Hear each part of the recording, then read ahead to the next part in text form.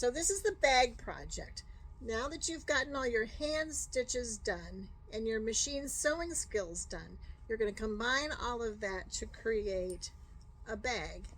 And it could be a variety of choices of fabric, so you can feel a bit creative and create something that is yours, because of course this will be yours to keep. But first we've got to talk about how fabric is created. If you can imagine a long framework of a loom that probably is almost as big as this room and in length and probably twice as wide as this table here, that has numerous threads that are called warp threads that are run up the length of the loom. There are also what's called weft threads that are woven in and out, going from side to side.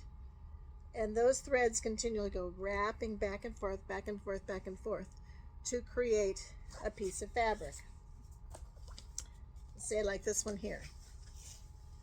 This piece of fabric is 45 inches wide, so it's granted it's not 12 feet, but we have our 45 inches across, and we have our warp threads, which would be running the length of the fabric here, and our weft threads that would be running across here.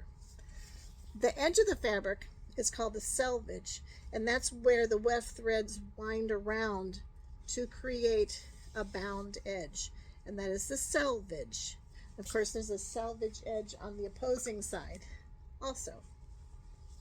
So when we're cutting out our fabric, which will be our first step for our project, we'll need to know that yes, this is the warp thread direction.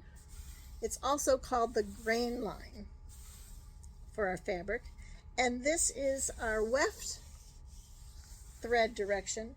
It is also called our cross grain. So we have our grain line and our warp. We have our weft, and we have our cross grain. Those are very important words to remember, okay? The grain line is the strongest direction of the fabric. So give it a yank, give your fabric a yank, and you can kind of start feeling which direction is that grain line. It's the strongest direction. The cross grain has a little bit more stretch to it. You see that one? It does pull a little bit, and that's the cross grain.